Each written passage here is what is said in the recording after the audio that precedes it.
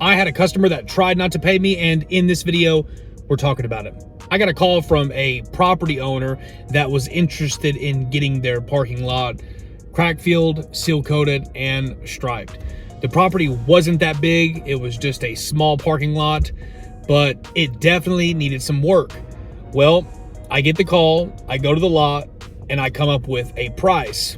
Obviously, when I looked at the lot, I determined that it was beyond repair, and to seal coat it would do nothing other than improve the way that it looks. It wouldn't be able to maintain it or prevent it from getting worse because it was already out of control. Well, I send them a price, and it had actually been a couple of days before I'd heard anything. You and I both know, as business owners, the spring season is really one of the most busiest times of the year.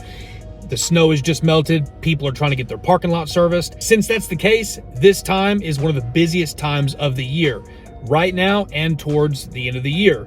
Well, a couple days went by, I didn't hear anything from him, so I sent him a text. It said, "Hey, it's Chris.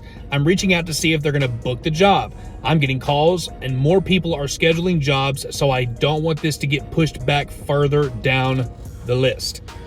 He responds to me and says, "I will reach out to them now." The quote that I sent wasn't that big. It was only for $1,850. It was going to only take us a day to do it.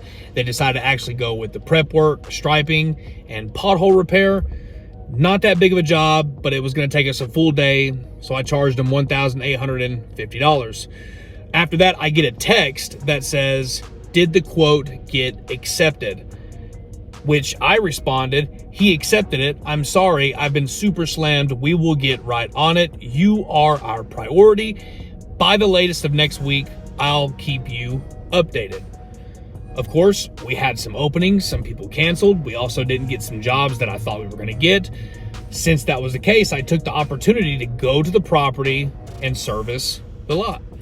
Well, we get there, we fill the pothole, we stripe the lot, and we do the prep work, which everything's going fine. After we've been there for a considerable amount of time, we're wrapping up the job. I'm thinking to myself that I need to send a text to this guy to let him know that we're almost done. To which I text him this: "Filled the pothole, striped the lot, added arrows. Also, I left the old lines there to fade. I didn't cover the old ones because they are uneven. I made them even and didn't want to repaint over the old parts. Cleaned up the grass, almost done pushing it back." Since we were almost done with the job, I just wanted to tell my customer that we were almost done and that when I billed him, he wasn't billed unexpectedly. Well, to my surprise, he actually comes out to the property and he looks at the work that we've done so far. When he gets out of the car, he says, "It looks great." He gives us a compliment. He says everything is fine. After showing up to the job, the guy leaves after saying that it looks like we were doing a great job. Next thing you know, I bill him and a couple days go by. I don't hear anything from him. Not a big deal. A lot of times that happens with customers. But after I bill him, I've kind of forgotten about it. Well, I'm watching a movie with my family. We're wrapping down the week. We're hanging out, enjoying family time together when I get a text message. The invoice is higher than the original quote. We were expecting $1,080 based upon the quote that was approved. Anytime a customer is disputing the amount of money that they are to pay, immediately raises concerns and red flags. That's why it's super important that you guys have a customer contract or terms and conditions that are included within your estimates.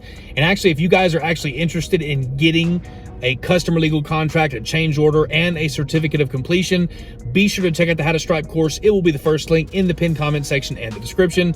That way, not only will you learn how to stripe, but as a business owner, you will get access to the legal documentation that's going to help you in the beginning stages of your business. Because when customers try not to pay you, that's a big problem.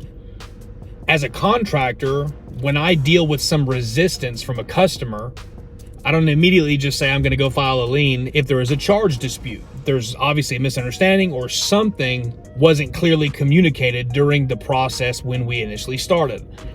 Remember, you said you wanted us to do the prep, striping, and pothole repair. I said that it would be cheaper. I sent it, and it was accepted at $18.50. When I sent it, they accepted it. That's how it's scheduled. I can't schedule it unless somebody accepts it. Now, what had happened is he picked the company. After he picked the company, he actually sent the quote off to someone else to get it approved. Well, I guess whenever he read what I sent him, he somehow came up with $10.80 instead of $18.50. That's a $700 difference. That's a lot of money to miss out on a quote. That's almost half. Well, they tried to dispute the charge and not try to pay it at first. So I give it a couple days. I don't want to be too harsh. I don't want to have bad customer service. I don't want to act angry or irrational. I just want to give it time. Well, I wait a couple of days, and then that's when they call me back and say, we really appreciate the work. Just want to let you know we're going to be able to pay you on this date. Is that okay? Is it okay? Can we pay you on this date? And I said, yeah, sure, no problem. Which I really appreciated that, because we completed the work and the work looked really good when we got done. Since the work did look good when we got done, I, as the service provider, expect to be paid. That's how it works. Anyways, in the time period while I'm waiting for him to pay us for the job, he actually leaves us a 5-star Google review.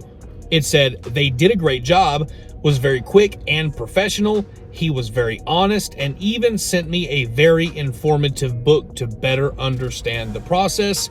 We will be completely redoing our parking lot soon, and this will be our company.